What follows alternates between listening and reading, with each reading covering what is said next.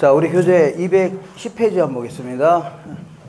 야, 지금 이제 부동산 가치라는 게 이론적으로 어떤 형태로 결정되냐, 그런 얘기 좀 알아보겠습니다. 어차피 210페이지입니다. 부동산 가치도 시장에서 결정됩니다. 시장에서 수요 같은 게 많아지면 가치가 올라가죠. 그 다음에 공급 같은 게 많아지면요, 가치가 떨어지는데, 예, 시장에서 수요와 공급이 만나는 점에서 가치가 결정됩니다. 그러면 가격은 어디 있냐? 가격은 단기적으로는 이 근처에 있다 생각하시면 돼요. 그리고 장기적으로는요, 거의 똑같다 보시면 됩니다. 이렇게 정리하시면 돼요. 이때 부동산 시장에 직접적으로 영향을 미치는 요인들, 이런 것들을요, 부동산 가치의 발생 요인, 이렇게 합니다.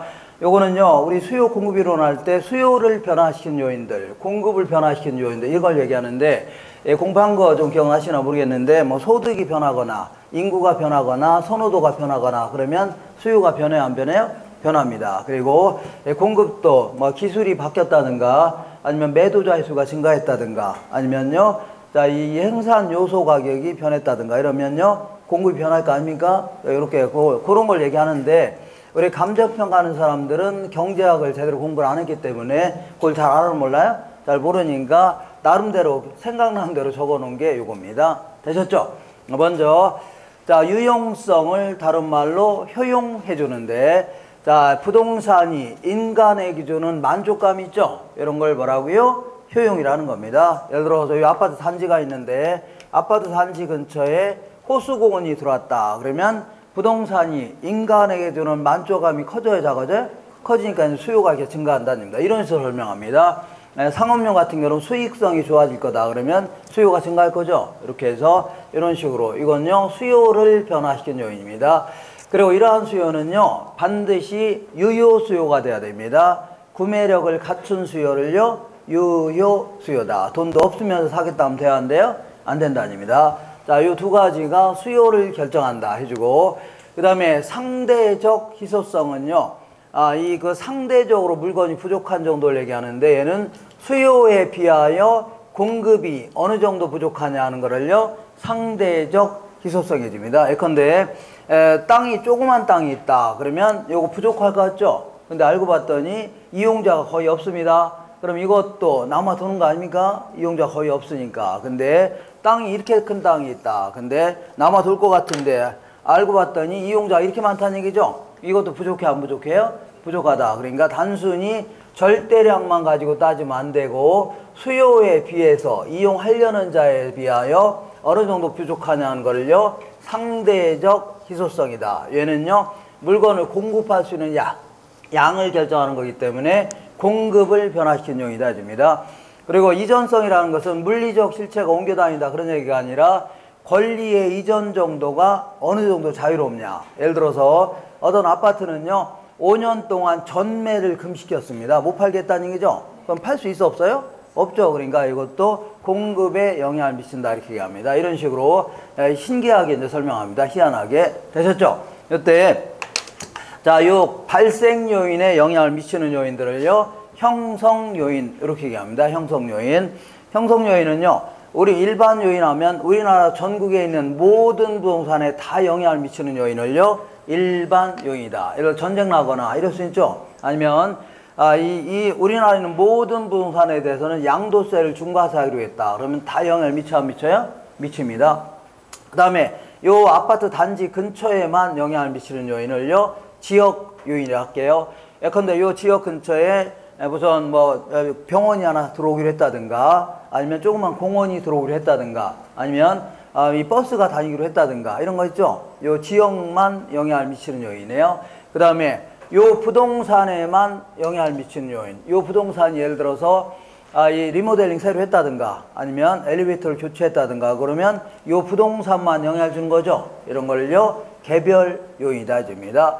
그래서 얘가 여기에 영향을 미쳐서 최종적으로 이 시장에 영향을 주는 겁니다. 예를 들어서 요 지역에, 자, 이 호수공원이 하나 들어왔다. 뭐가 들어왔다고요? 호수공원이 들어왔으면 부동산이 인간에게 주는 만족감이 커져야 작아져요?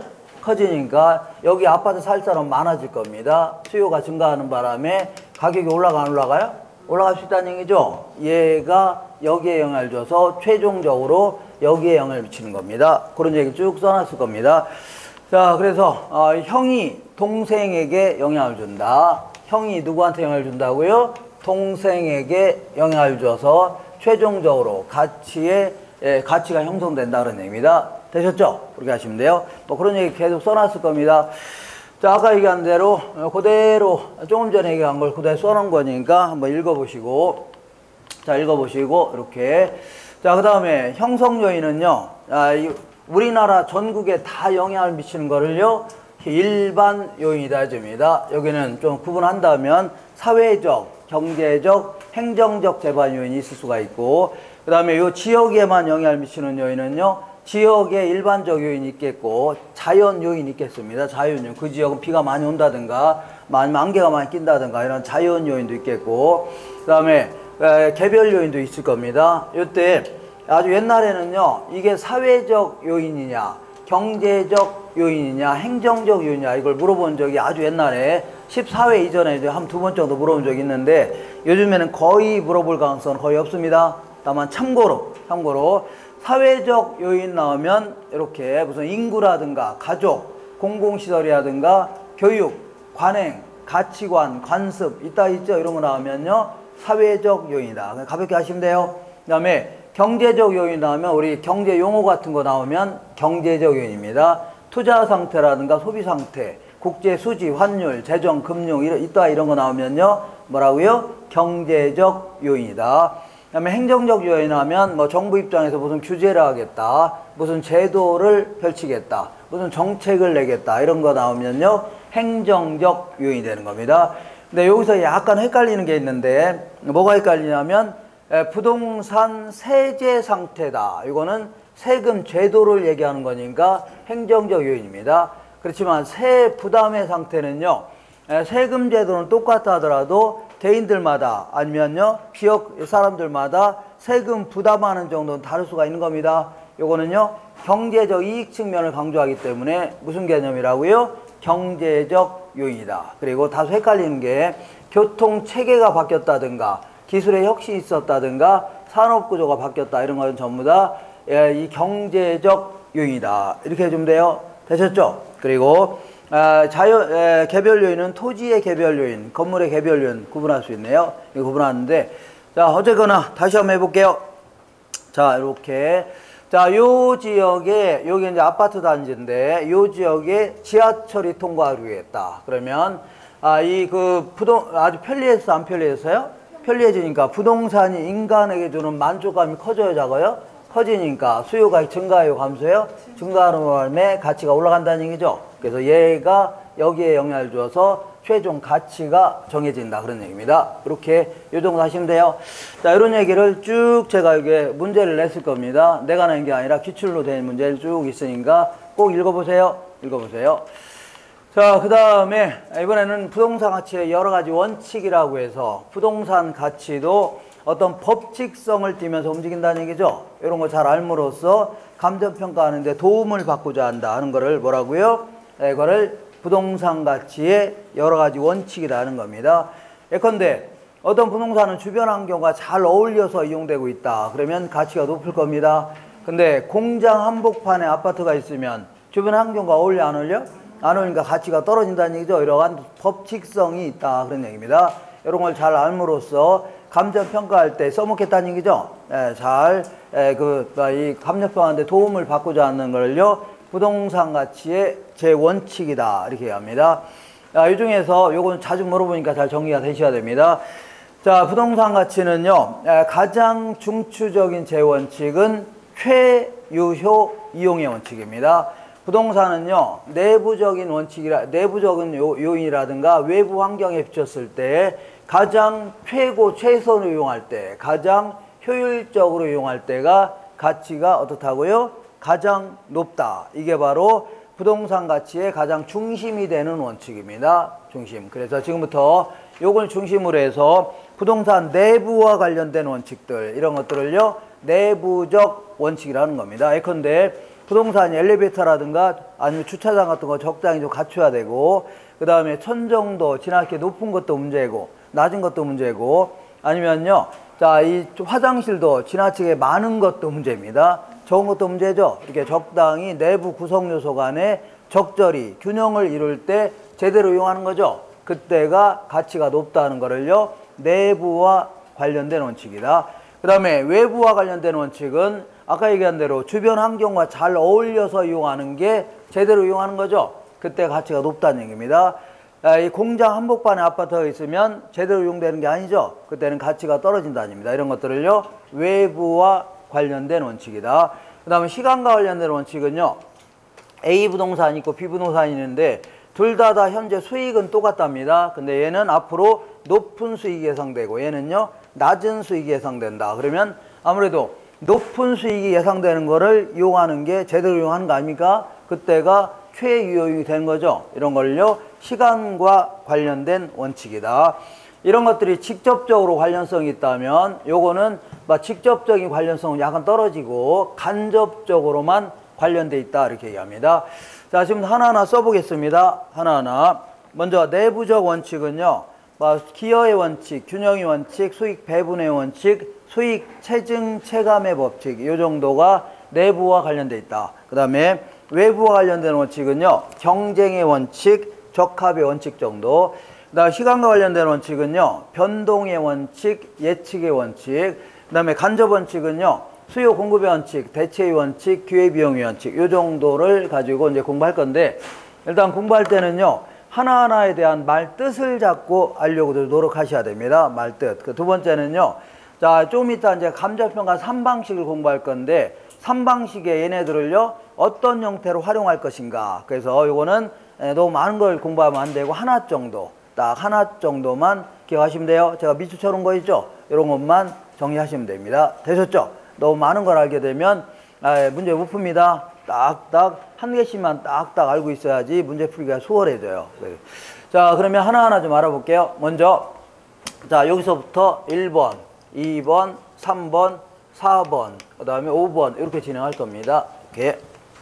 자, 먼저, 자, 충추적인 대원칙인 최유효 이용의 원칙에 대해서 알아볼게요. 자, 요거는요, 내부적으로나 외부 환경에 비쳤을 때 가장 최고 최선을 이용할 때 있죠. 그때가 가치가 가장 높다. 요거는 법률적 측면이라든가 기술적, 경제적 측면에서 가장 최고조로 이용할 때가 가치가 높다는 얘기죠. 요거는 우리 이용론 시간에 한번 했을 거니까 그냥 이렇게 마시면 돼요. 그냥 내부적인 요인이라든가 외부 환경에 비쳤을 때 가장 최고 최선을 이용할 때가 가치가 어떻다고요? 가장 높다. 이 정도 하시면 돼요. 한 다음에 지금부터 내부와 관련된 원칙 알아볼게요. 자, 내부와 관련된 원칙은 기여의 원칙, 균형의 원칙, 수익 배분의 원칙. 그 다음에요, 뭐가 있냐면 수익 체증 체감의 법칙이 있는데, 기여의 원칙하고요, 균형의 원칙은 세트로 움직입니다. 두 가지 한꺼번에 정리할게요. 한꺼번에. 자, 어떤 지역이 있는데 A라는 호텔도 있고 B라는 호텔도 있는데 둘 다 내부 설비도 똑같고 같은 지역에 있고 지은 연도도 거의 똑같다고 치자. 근데도 불구하고 얘는 한 70억 정도의 가치가 있고 얘는요 100억 정도의 가치가 있답니다. 다른 조건 다 동일한데 왜 이렇게 차이가 나나 했더니 A라는 호텔은요 주차장을 제대로 못 갖췄답니다. 그리고 B라는 호텔은요 주차장을 완벽히 갖췄다는 얘기죠. 그럼 사람들이 차 끌고 왔다가 차 세울 데 없으면 짜증 나요, 안 나요?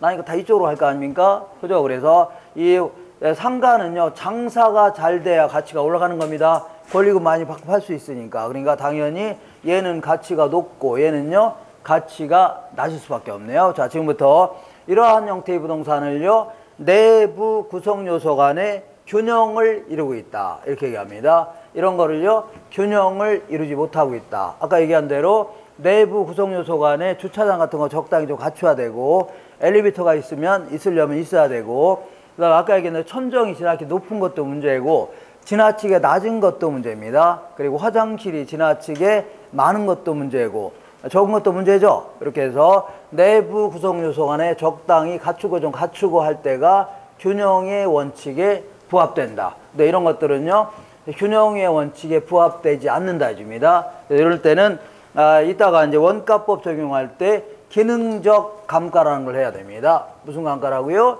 제가 이렇게 밑줄 쳐놓은 거 요것만 하나씩만 기억하시면 돼요. 기능적 감가를 적용하는 기준이 된다 해주면 돼요. 그래, 좋다.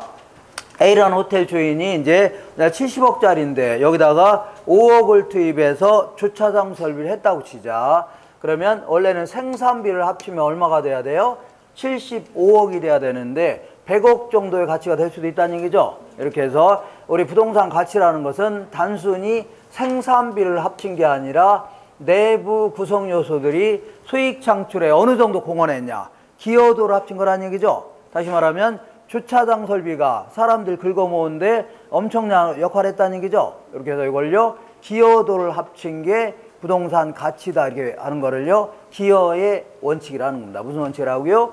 기여의 원칙. 다시 할게요. 부동산 가치는 단순히 생산비를 합친 게 아니라 내부 구성요들이 어느 정도 수익 창출에 기여했냐, 기여도를 합친 거라는 얘기죠. 이걸 뭐라고요? 기여의 원칙이라는 겁니다. 기여의 원칙에 따라 이렇게 투자했더니 균형이 딱 맞아 떨어졌네요. 그래서 균형의 원칙에 선행하는 원칙이다. 그리고 이게 추가 투자했더니 훨씬 더 가치가 높아졌네요. 그래서 이 표현, 추가 투자의 적부 판정의 기준이다. 이렇게 정의하시면 돼요. 되셨죠? 네. 하나하나 제가 이렇게 밑줄 쳐놓은 게 있을 겁니다. 이것만 먼저 기억하시면 돼요. 자, 지금부터 자 계속해서 내부와 관련된 원칙 중에 이번엔 수익 배분의 원칙 알아보겠습니다. 자, 수익 배분의 원칙은요, 기업이 물건 내다 팔게 되면 매출액이 생길 겁니다. 이걸 수익이라는 겁니다. 수익이 생기면 자, 이 수익 창출에 공헌한 자한테 나눠줘야 됩니다. 노동자한테는요, 임금의 형태, 그 다음에 자본을 투입한 자들한테는요, 이자라든가 아니면 배당 같은 거 줘야 되겠네요. 경영자들한테는요, 이익의 일부 나눠줘야 되고, 토지를 제공한 자들한테는 임대료 같은 거 줘야 되는데, 이때 배분할 때는요, 노동자본 경영에 우선해서 배분해 줘야 됩니다. 왜냐하면 얘들이 직접적으로 공헌한 거 아닙니까? 직접적으로 일한 사람들이 있죠. 돈 대고 한 사람들이니까 직접적으로 공헌한 자들한테 우선해서 배분해 주고, 그리고 남는 돈이 있다면 토지에 배분해 줘야 됩니다. 왜냐하면 토지는 애초에 만드는 데 들어간 비용이 있어 없어요? 없고 그냥 신이 있으면 신이 공짜로 준 거 아닙니까? 그리고 그 지역에 수요가 없으면 배분받을 것도 전혀 없는 겁니다. 그러니까 직접적으로 공헌했던 노동자본 경영에 우선해서 배분해주고, 남는 게 있다면요, 토지에 배분해줘야 된다는 걸요, 수익 배분의 원칙이라는 겁니다. 그러니까 나중에 3방식 중에, 수익 방식 중에 토지 잔여법이라는 게 있는데, 요거의 근거가 어디에 있다고요? 수익 배분의 원칙에 있는 겁니다. 자, 이번엔 수익 체증 체감화 법칙 알아볼게요. 자, 어떤 지역에 어떤 땅이 있는데 여기다 건물을 자꾸 올리게 되면 올리면 올릴수록 이익은 커지는 건 아닙니다. 왜냐하면 어느 정도 올라가다 보면 더 이상 분양이 돼야 안 돼요? 안 되고, 아니면 임대가 안 될 수 있죠. 그러니까 그전 한번 하겠는데, 집약 한계까지만 이런 거 하긴 했습니다. 집약 한계까지만 층수를 올려야 되지, 그거 이상 올리게 되면 들어온 돈을 까먹을 수 있다는 얘기입니다. 그래서 요 집약 한계까지는 이익이 점점 체증하다가 그 다음부터는요, 들어온 돈을 까먹기 시작한다는 얘기죠. 체감하기 시작하니까 이런 걸요, 원래는 이익 체증 체감의 법칙이라고 해야 되는데, 여기서는요, 수익 체증 체감의 법칙을 얘기합니다. 이것도 마찬가지로 여기까지만 추가 투자해야 되겠네요. 추가 투자에 이것도 뭐라고요? 적부 판단의 기준이다. 이렇게 정리하시면 돼요. 한마디씩 막 정리하시면 돼요. 자, 이 정도를요, 내부와 관련된 원칙이다. 자, 지금부터 외부와 관련된 원칙. 요거를요, 외부적 원칙은요, 대외적 공간의 원칙. 요거는 두 가지만 기억하시면 되는데, 요거는 경쟁의 원칙은 말뜻만 하시면 돼요. 말뜻. 예컨대 어느 지역에 이제 여자 고등학교가 들어오는 바람에 어떤 아주머니가 총알같이 가서 라면집 차렸다. 그러면 여학생들이 갈 데가 이 집밖에 없는 거죠. 그러면 이 라면집은 엄청나게 큰 돈을 벌 수 있을 겁니다. 이걸 초과이윤이라 할게요. 초과이윤을 얻을 수 있죠. 근데 초과이윤을 얻는 곳에는 다른 아주머니들 가만 둬 안 놔둬요? 며칠 지나봐요. 너도 나도 라면집 하겠다는 얘기죠. 그러면서 점점 초과이윤은 줄어들 겁니다. 그럼 어디까지 들어와요? 초과이윤이 없어질 때까지는 들어오려고 할 겁니다. 그러니까 다시 할게요. 경쟁의 원칙은 초과이윤은 반드시 경쟁을 야기시킵니다. 이러한 경쟁을 통해서 초과이윤은 사라진다는 얘기죠. 그러니까 처음에는 가치가 높을지언정 나중에는 점점 떨어진다는 얘기입니다. 이걸요, 경쟁의 원칙이라는 겁니다. 그 다음에 적합의 원칙은요, 어떤 부동산이 있다면 주변 환경과 적합하게 이용돼야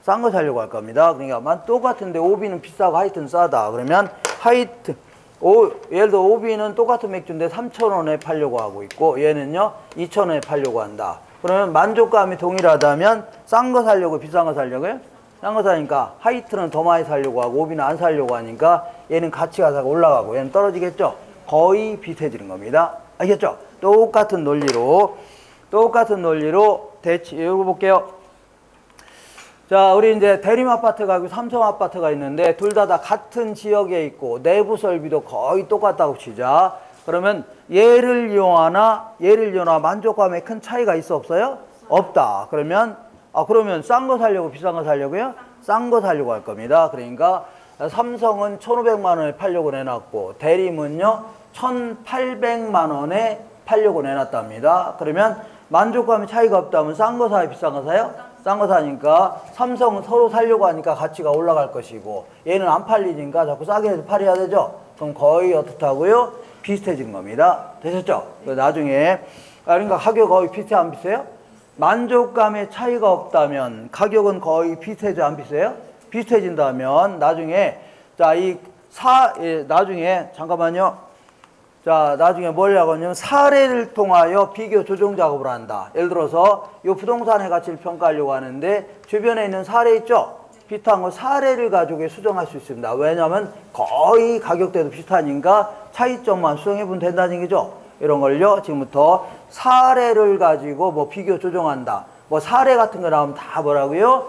대체의 원칙과 관련되어 있는 겁니다. 이해가 되겠죠? 이렇게 정리하시고 자, 마지막으로 기회비용의 원칙 알아보겠습니다.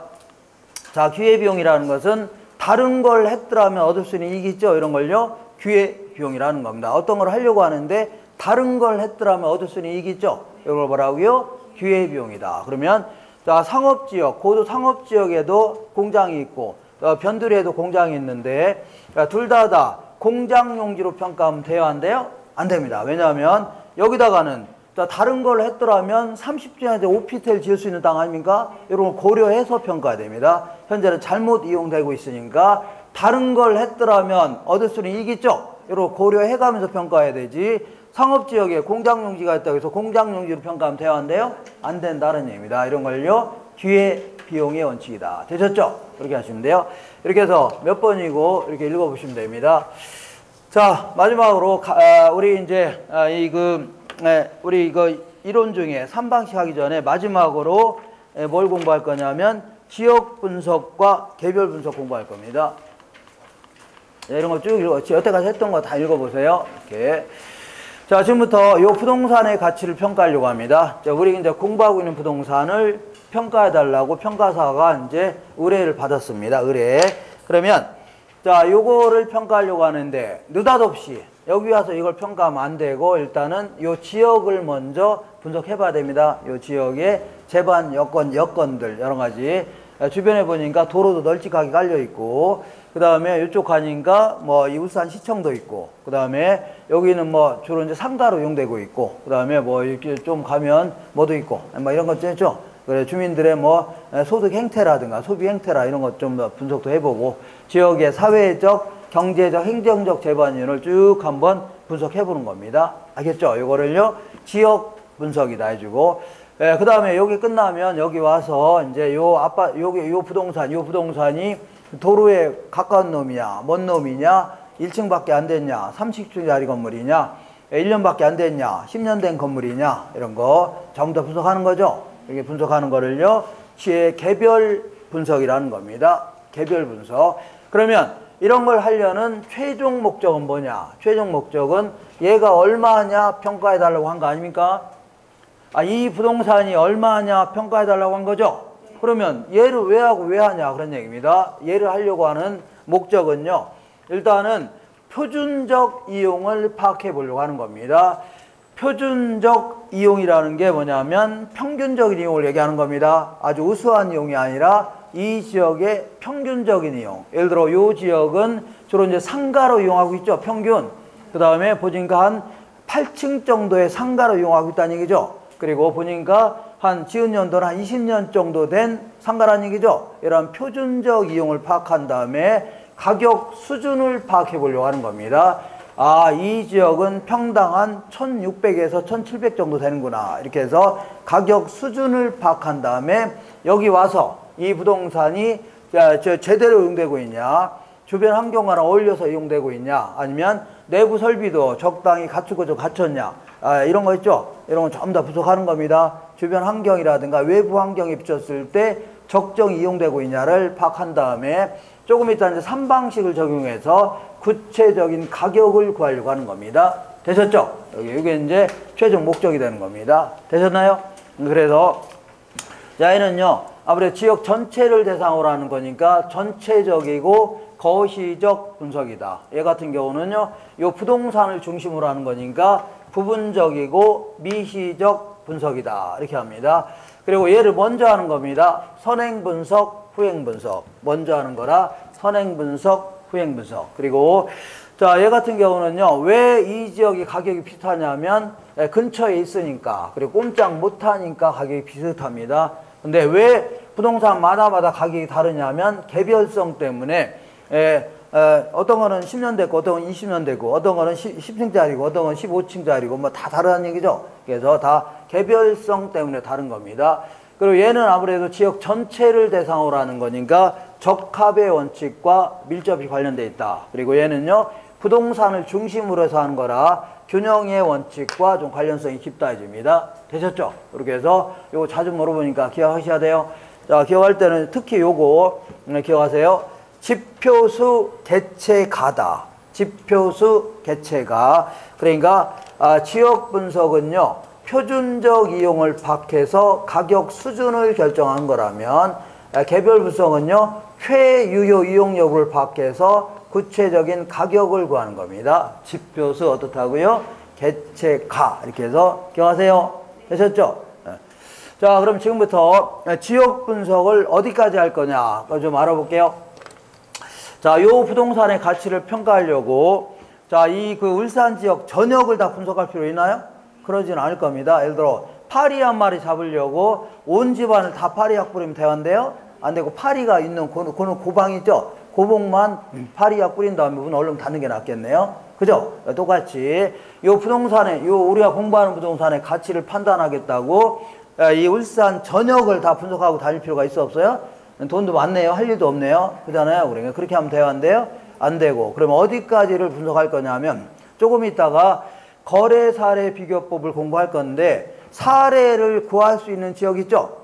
그럼 사례를 구한 지역 같은 경우는 그 지역과 이 지역도 비교를 해야 됩니다. 그러니까 결국은요, 사례를 구할 수 있는 지역, 이 지역이 결국 뭐가 된다고요? 지역 분석의 대상 지역이 되는 겁니다. 알겠죠? 그렇게 하시면 돼요. 자, 그래서 이따가 하겠지만 제가 이제 지금은 김포 신도시로 이사가서 살고 있는데 예전에는 한 3년 전에는요, 김포시청 앞에 여기 사우지구 아파트 단지라고 있습니다. 거기에 건영 아파트에 살았습니다. 무슨 아파트라고요? 건영 아파트. 시험에 나옵니다. 무슨 아파트라고요? 건영 아파트 살았다는 걸 나옵니다. 이렇게. 그래서 농담이고, 어쨌거나 당연히 사례는요, 요 아파트의 가치를 평가해달라. 그러면 요 사우지구 아파트 단지죠, 이런 데서 사례를 구하는 게 좋을 겁니다. 같은 아파트 단지에서 구하는 게 좋겠죠. 근데 아무리 찾아봐도 이 사우지구 아파트 단지에 사례가 없다 그럴 경우는 요 지역과 지역적인 특성이 매우 유사한 지역들이 있습니다. 풍무지구 아파트 단지, 북변지구 아파트 단지 이런 게 있는데, 만약에 사례를 여기서 구했다고 치자. 사례는 모든 면에서 거의 비슷해야 됩니다. 알겠죠? 차이가 나면 돼요, 안 돼요? 안 됩니다. 그래서 얘는 아파트고 상가고 하면 안 되고, 얘는 1층짜리고 100층짜리고 안 됩니다. 모든 면에서 비슷해야 돼요. 이따가 할 겁니다. 그럼 얘도 건영 아파트고 얘도 건영 아파트라 치자. 그리고 똑같이 한 10년 된 아파트라고 치자. 그러면 애들 학교도 여기 있고 남편 직장도 여기 있다는 얘기죠? 맞죠? 그러면 얘를 이용하나 큰 만족감에 큰 차이가 있어 없어요? 없다면 굳이 비싼 거 사려고 싼 거 사려고요? 싼 거를 평수 늘려 구입하려고 할 겁니다. 그러니까 얘는 비싸고 싸다 그러면 이걸 사려고 하죠. 그러니까 얘는 가치가 올라갈 것이고 얘는요, 떨어진 바람에 거의 비슷해질 겁니다. 큰 차이가 없이 뭐라고요? 거의. 만족감에 차이가 없다면 싼 거 사는 과정에서 거의 가격대가 비슷하면 비슷해요? 비슷해진답니다. 이런 데 사례를 구할 수 있는데, 만약 이런 데도 사례가 없다 그러면 다른 용도 지역 내, 예컨대 뭐 상업 지역 내에도 아파트 한두 동 있을 수 있어 없어요? 있죠. 그러면 이런 데서도 비슷하다면 구할 수 있다는 얘기죠. 그럼 결국은요, 요 정도 범위라면 얘랑 비슷하게 생긴 부동산이라면 대체 관계가 성립된다. 대체 관계가 뭐냐면 만족감에 큰 차이가 없는 부동산이라면 싼 거 사려고 비싼 거 사려고요? 싼 거 사는 과정에서 가격대는 어떻다고요? 거의 비슷해집니다. 되셨죠? 그래서 결국 이 정도 범위 내 사례를 구하면 되겠네요. 그러면 아까 얘기한 대로 결국은 지역 분석을 하더라도 이 정도 범위에서 지역 분석의 대상이 되는 겁니다. 알겠죠? 이 정도 범위에서 사례를 구해야 되지 서울에 있는 사례를 구하면 돼야 한대요? 안 됩니다. 울산에도 건영 아파트가 있다고 해서 여기는 비싸고 여기 싸다고 해서 이사하고 그러나요? 전혀 관계가 없다는 얘기입니다. 다시 할게요. 이 정도 범위라면 얘랑 비슷하게 생긴 부동산이라면 대체 관계가 성립된다는 얘기죠. 그러면서 가격대는 어떻다고요? 비슷해지니까 차이점만 수정해 보겠다는 얘기죠. 그런 논리입니다. 자, 지금부터 자, 이 평가 대상 부동산 속해 있는 지역을요, 인근 지역이라는데 요거는요, 대상 부동산에 속해 있는 지역이고 요 근처에 있는 아파트가 여러 개 있죠? 그럼 얘와 얘네들은요, 대체 관계가 성립된다. 비슷한 것끼리 뭐라고요? 대체 관계. 그리고 얘를 이용할 수도 있고 우리가 얘들 이용할 수 있으니까 아파트 주인들은 서로 경쟁할 수밖에 없어요. 자기들 거를 사라고. 그죠? 대체 경쟁 관계가 성립된다. 그리고 얘는요, 요 부동산의 가치에 직접적으로 영향을 미치는 겁니다. 예를 들어서 어떤 사람이 건영 아파트 사러 왔다가 바로 옆에 보니까 삼부 아파트가 싸게 판답니다. 그러면 요거 살래도 요거 살 수 있죠? 즉각적으로 가치가 떨어질 수도 있다는 얘기입니다. 이렇게 해서 직접적으로 영향을 미친다. 그 다음에 이렇게 특정 용도를 중시해서 사후지구 아파트 단지, 얘는요, 북변지구 아파트 단지. 자, 이렇게 이제 특정 용도를 중시해서 집중되어 있는 겁니다. 상가 같은 경우는 A지역 상가, B지역 상가 이렇게 해서 특정 용도를 중심으로 해서 집중되어 있는 형태입니다. 그리고 요 범위는요, 항상 고정되어 있는 게 아니라 계속 변해 안 변해요? 지하철 이쪽으로 통과하겠다 그러면 변해 나갈 수 있는 거 아닙니까? 이렇게 해서.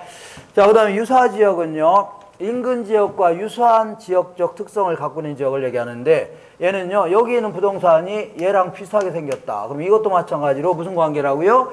대체 관계가 성립되고, 그 다음에요, 그 경쟁 관계가 성립될 수 있다는 얘기입니다. 알겠죠? 그러면서 가격대가 비슷해진다는 얘기죠. 그래서 여기 사례가 없을 때 이런 데 구하면 되겠네요. 여기서 주의할 거는요, 유사지역은 반드시 인근 지역과 붙어 있어야 되냐? 그건 아닙니다. 좀 떨어져 있다 하더라도 대체 경쟁 관계가 성립된다면 유사지역이 될 수도 있다. 되셨죠? 떨어져 있다도 이렇게 바꿀 수가 있다면, 바꿔 소비할 수 있다면 유사지역이 될 수 있는 겁니다. 그러나 이런 데 사례를 구하는 게 좋은데 이런 데도 사례가 없다. 그럴 경우는 다른 용도 지역 내에서도 구할 수도 있는데 결국은요, 이런 거를요, 동일 수급권해 줍니다. 동일 수급권. 그러니까 얘와 대체 관계가 성립될 수 있는 지역 있죠? 이런 광범위한 지역을요, 뭐라고요? 동일 수급권. 동일하게 수요 공급에 영향을 줄 수 있다는 얘기입니다.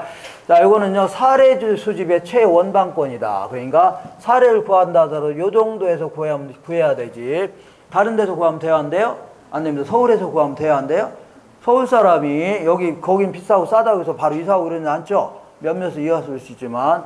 자, 그 다음에, 자, 보통 이제 주거지 같은 경우는요, 도심으로 통근이 가능한 지역 범위와 대체로 일치합니다. 동일 수급권은. 통근이 가능하다면 싼 거 이용해, 비싼 거 이용해? 싼 거 이용하는 과정에서 거의 비슷해진다는 얘기입니다. 이해가 되겠죠? 이렇게. 그리고 상업지 같은 경우는요, 예컨대 이런 얘기입니다. 자, 김포에 가면 여기도 상업지역이 있고 여기도 상업지역이 있고 여기 상업지역이 있다고 치자. 여기서 도미노 피자 하고 있는데 피자 가게 하는데 이 정도 범위 내에서 주문이 들어온답니다. 그러면 요 정도 범위라면 어딜 가든지 영업수익은 비싸 안 비싸요? 비싸다면 가능하면 싼 거 이용하려고 할 겁니다. 여기는 상가가 비싸고 여기는 싸다면 이쪽 이용하죠. 이렇게 해서 동일한 영업수익을 올릴 수 있는 지역 범위와 대체로 일치한다. 이렇게 하시고 그 다음에 이행지라든가 후보지 같은 경우는 예를 들어서 주거지역이 상업지역으로 전환 중에 있답니다. 그러면 지금 바뀌고 있다는 얘기죠? 그럼 이미 가격이 오를 대로 올랐어 안 올랐어요? 올랐을 겁니다. 그잖아요? 그리고 모든 경제활동은요, 앞으로 변해 나가는 지역 있죠? 여기에 따라 경제활동을 하게 되어 있습니다. 알겠죠? 그러다 보니까 전환 후의 용도에 따라서 동일 수급권을 정하는 게 합리적이에요. 맞죠? 근데 만약에 전환이 완만하다. 그 얘기는 언제 변할지 모른다는 얘기죠? 언제 10년이 될지 20년이 될지 모른다는 얘기죠? 그러면 전환 전의 용도를 가지고 동일 수급권을 파악해야 되겠네요. 맞죠? 이렇게 해서 정리하시면 돼요. 자, 마지막으로, 자, 인근 지역의 수명 현상이다 해서, 인근 지역이, 자, 재개발되거나, 달동네에서 이제 재개발되거나, 아니, 농지라든가 임야였다가 신개발될 수도 있어, 없어요? 있죠. 그러면 신개발이나 재개발하게 되면, 마르고 닳도록 아파트가, 좋은 아파트로 남는 건 아니죠? 고급 아파트. 그러니까, 시간이 갈수록 낡고 노후화되어야 한대요? 그 주인도 바뀌어 나가고, 그리고 언젠가는 또 재개발할 거 아닙니까? 이러한 흥망성쇠 과정을 겪는 거를요, 인근 지역의 수명 현상이다 해줍니다. 요거는 이렇게 암기하세요. 성성쇠천하. 그래서 여기서부터 여기까지는 한 50에서 60년 정도 걸리는데, 요거는 몇 년 걸려요? 이거 안 물어봅니다. 그냥 순서에 따라서 학자들이 성장기, 성숙기, 쇠퇴기, 천이기, 악화기 이렇게 이 변해 나간다는 얘기죠. 그 얘기 하는 겁니다. 그래서 나는 헷갈립니다. 성성하니까 헷갈리는데, 성성하니까 헷갈립니다 하는데, 헷갈릴 게 없는 게, 사람은 성장했다 성숙하는 거지, 성숙한 상태로 태어나서 성장하나요? 그죠? 어떤 여자아이가 태어나자마자 엄마나 담배 한 까치 이러면 돼야 한대요? 안 될 거 아닙니까? 그러니까 처음에는 조용히 태어나서 성장했다가 나중에 한 20살 돼서 엄마나 담배 한 까치 했다가 의도 터지고 해야 될 거 아닙니까? 그러니까 처음에는 조용히 태어나서 성장했다가 성숙해야 될 거 아닙니까? 자, 요때요. 자, 요거 좀 기억하세요. 요때는요, 처음에 신도시가 이제 개발되고 이런 단계라, 막 좋은 입지를 차지하고 또 좋은 아파트 차지하려고, 이때는 집가 상승률이 최고다, 이겁니다. 뭐가 상승이에요? 집가 상승. 부쩍부쩍 올라간다는 얘기죠. 좋은 입지를 또 차지하려고 하다 보니까. 그리고 요때가 이제 집가 수준은 가장 높을 단계입니다. 자, 그리고 요때부터 이제 경제적 수명이 다 하고 낡고 노화되기 시작한 단계라, 자, 이 돈 없는 사람들이 점점 들어오기 시작합니다. 이렇게 해서 그러면서 가치가 점점 떨어집니다. 그러다가 요때가 있다가 재개발이 가장 활발한 단계이기 때문에 누가 재개발한다 그러면 소문나길래 올라갈 수 있죠. 헛소문이다 떨어질 수 있겠네. 들쑥날쑥하다가 이때까지도 재개발이 없다 그러면 슬럼 직전 단계까지 갑니다. 이렇게 해서 요것만 기억하세요. 이때는 가격 상승률이 최고다. 이때는요, 가격 수준이 최고다. 이거 좀 기억하시고, 시험에 나올 수 있는 몇 가지만 기억하시면 돼요. 그리고 이때는요, 요거 조금 전에 했던 거고, 그 다음에 요거는 상향 여과가 활발하다. 그전에는 달동네라든가 논밭이었는데 지금부터 이제 돈 좀 있는 사람이 막 들어온다는 얘기죠. 이런 걸요, 상향 여과가 활발하다. 그리고 이때부터 이제 하향 여과가 시작됩니다. 건물 자체가 낡고 노후화되니까 아무래도 돈 없는 사람이 들어오기 시작합니다. 이런 걸요, 하향 여과가 시작된다. 그리고 이때가 가장 하향 여과가 활발한 단계다 해줍니다. 이렇게. 그 다음에 재개발이 시작된다 하더라도 좀 빠르게 시작된다면 쇠퇴기부터 시작될 수 있습니다. 그리고 이때가 천이기 때가 재개발이 가장 활발하다 이렇게 얘기합니다. 자, 그리고요, 이때는 아무래도 신도시가 처음에 들어서고 하는 단계라 젊고 교육 수준이 아주 높다 해줍니다. 우리 신도시 같은 데 가면요, 옛날에 동탄 신도시 이런 데 가면 초창기 때 제가 간 적도 있었는데 거기 강의하고 있는데 상당히 젊습니다. 연령대 젊고 꼬맹이 아주 막 초등학교 애들 아니면 유치원 다니는 애들 막 그런 학생들이 있는 주부들이 거의 대부분입니다. 알겠죠? 그래서 아무래도 초창기 때는 신도시 같은 게 들어서고 하면은 아파트 가격도 좀 쌉니다. 초창기 때. 그리고 전세가격도 좀 싸고 하니까 젊은 층들이 많이 입주하는 단계입니다. 되셨죠? 이렇게. 자, 이렇게 해서 젊고 교육 수준이 높다. 이렇게 하시면 돼요. 요 정도 좀 다른 거 몰라도 됩니다. 요 정도 알아도 충분합니다. 되셨죠? 이렇게 하시고. 자, 요거 한번, 그동안 쭉 공부한 거 읽어보시면 돼요. 이렇게. 개별 분석보다는 뭘 먼저 한다고요? 지역 분석을 먼저 한다. 이런 것들 좀 알으면 돼요. 자, 지금부터 이제 감정평가 3방식을 공부할 겁니다. 뭘 공부한다고요? 이거 꼭 읽어보셔야 돼요. 이런 걸 자꾸 많이 읽어보셔야 돼요. 그래야지 득점이 굉장히 수월해집니다. 자, 지금부터 3방식을 공부할 건데, 자, 몇 페이지냐면, 잠깐만 볼게요. 220페이지 보겠습니다.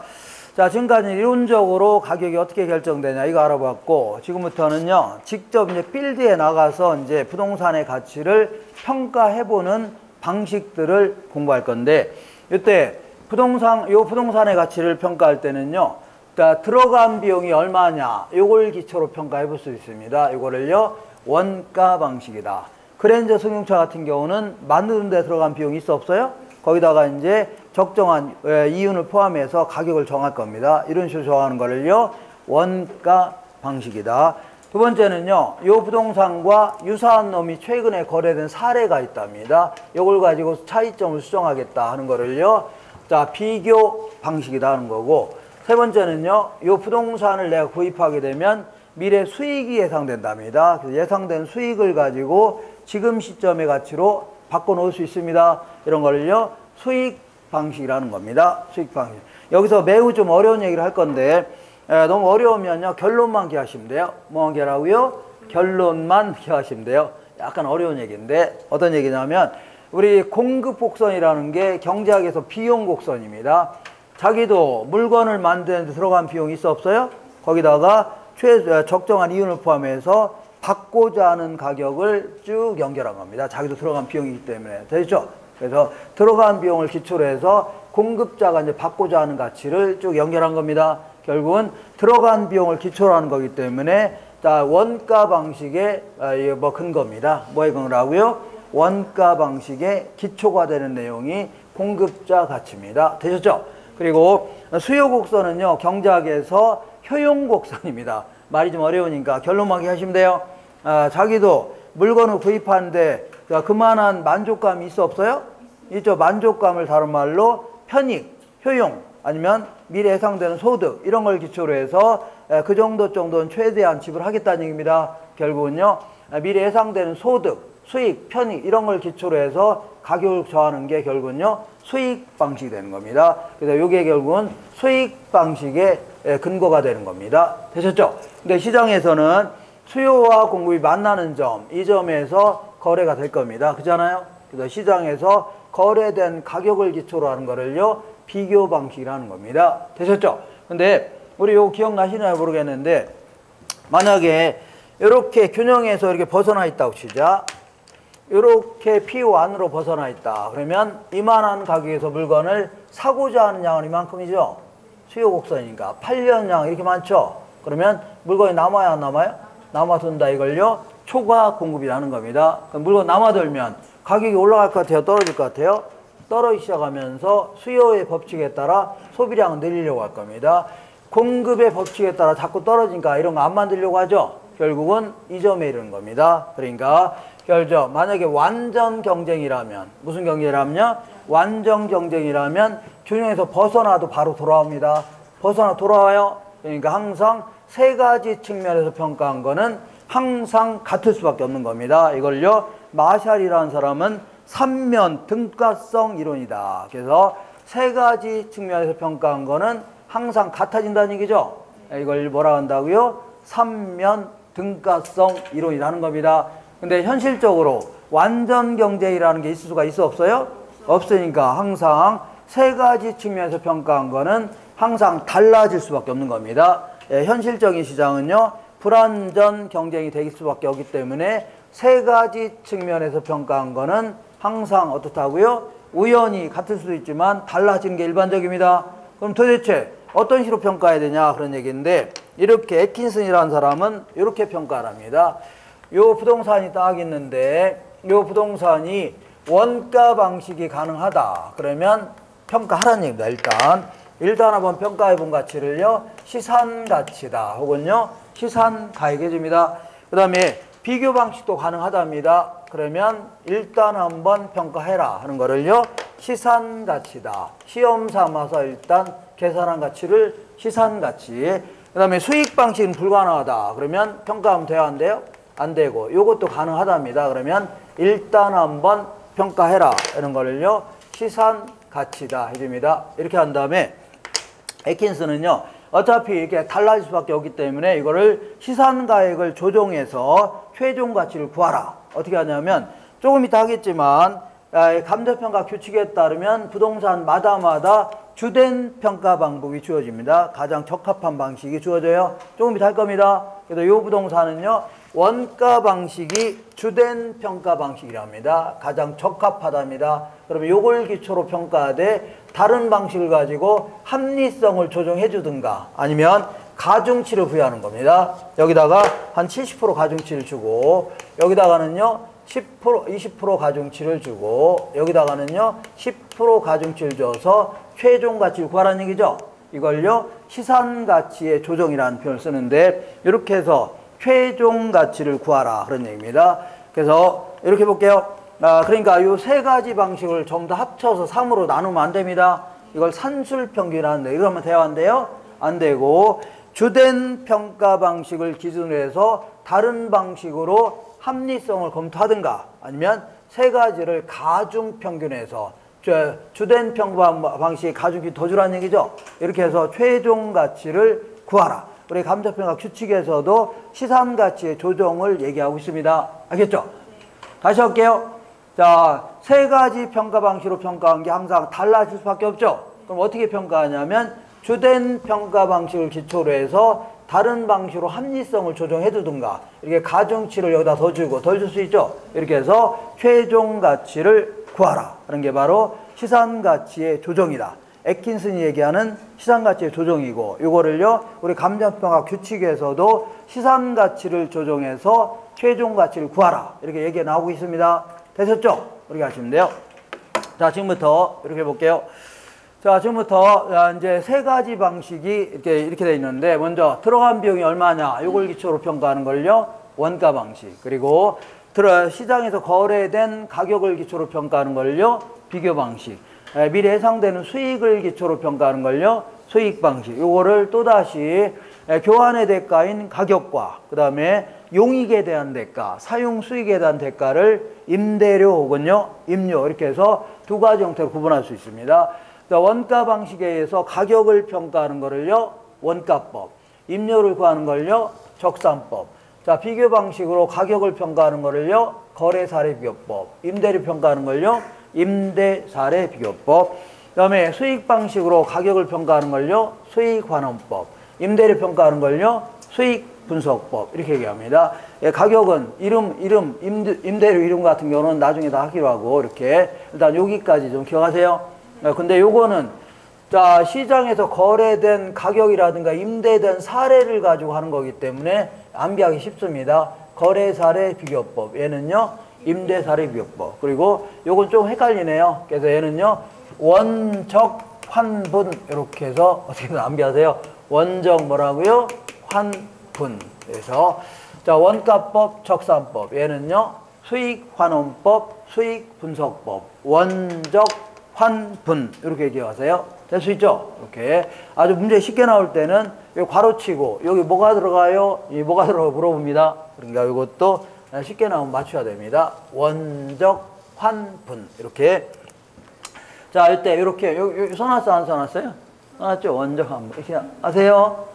이렇게. 그리고요 이 거래사례 비교법과 매우 비슷한 게 또 하나가 있는데 요거하고 좀 매우 비슷한 게 좀 하나가 있습니다. 이렇게. 자, 조금 이따 하겠지만 우리 감정평가 규칙에 따르면 이런 부동산은 이렇게 평가해라, 저런 부동산은 원칙적으로 이렇게 평가해라, 이렇게 주된 평가 방법이 주어집니다. 되셨죠? 이때 토지를 평가를 의뢰받은 감정평가사는요 A라는 토지가 있다면 자, 이 주된 평가 방식으로 주변에서 거래된 사례를 가지고 수정하지 말고 정부가 조세라든가 보상 같은 거 책정하려고 지역마다마다 표준지를 뽑아서 평가해 놓은 게 있습니다. 이 근처에는 표준지를 찾아내서 요걸 가지고 수정하라는 얘기죠. 다시 할게요. 자, 토지를 평가할 때는 주된 평가 방식이 뭐냐 하면 자, 이 주변에 있는 사례를 가지고 수정하지 말고 정부가 조세라든가 보상금 책정하려고 표준지를 정해서 평가해 놓은 게 있습니다. 표준지 공시지가를 가지고 수정하라는 얘기죠. 이걸요 공시지가 기준법에 줍니다. 뭘 한다고요? 공시지가 기준법이다. 그래서 요것도 일종의 뭐 거래사례 비교법과 거의 비슷하지만 차이가 있다면 얘는 사례를 가지고 수정하라는 얘기고 얘는요 표준제를 가지고 수정하라 그 얘기입니다. 되셨죠? 그렇게 하시고 자 지금 또 문제를 한번 풀어볼게요. 221페이지에 중간 정도에 보면 계산형 문제 좀 알아볼게요. 자 계산 문제가 좀 많이 있어서 요걸 다 풀을 거니까 그런 줄 아세요. 자, 이런 건 읽어보시면 됩니다. 여태까지 했던 것들입니다. 자 다음 자리를 활용하여 시산가액 조정을 통하여 구한 감정평가액은 이런 거 전부 다 기출문제입니다. 제가 낸 게 한 개도 없습니다. 전부 다 뭐라고요? 기출문제들이에요. 네. 자 그래서 저는 이제 바빠서 이런 거 낼 시간이 없습니다. 바빠요. 술도 마셔야 되고 하니까. 어쨌거나 이거 볼게요. 자 먼저 거래 사례를 통하여 구한 시산가액은 요거는 사례를 가지고 하는 걸 비교 방식이라는 겁니다. 얘는요 1.2억이랍니다. 1.2억 1억 2천만 원이라는 얘기입니다. 자 다음에 조성 비용은 만드는 데 들어간 비용이기 때문에 원가 방식을 얘기합니다. 요건 1.1억이랍니다. 1억 1천만 원. 그 다음에 예상된 임대료, 미래 예상되는 수익 이런 걸 기초로 평가한 게 1억이랍니다. 이게 바로 수익 방식이 되는 겁니다. 이렇게 해서 자 요걸 어떤 식으로 이제 조정하냐면 자 가중치를 부여합니다. 가중치. 그래서 원가 방식에는 20% 그러면 여기다가 0.1을 곱해줘야 됩니다. 20%면 그 다음에 비교 방식에는 50% 0.5를 곱해야 돼요. 1을 기준으로 곱해야지 이 단위가 바로 나오는 겁니다. 그 다음에 수익 방식은 30% 0.3을 곱해줘야 돼요. 이렇게 해서 셋 다 더해주면 됩니다. 그러면 1.12억이 나올 겁니다. 1.12억. 이게 바로 최종 가치가 되는 겁니다. 이런 것들은요 시산 가치, 얘는요 최종 가치 이런 식으로 결정하라는 얘기입니다. 되셨죠? 이렇게. 자 이렇게 해서 이 시산가액의 조정 알아봤습니다. 잠깐만 쉬었다가 이제 물건마다 주된 평가 방법이 있습니다. 이거 알아볼게요. 잠깐 쉬겠습니다.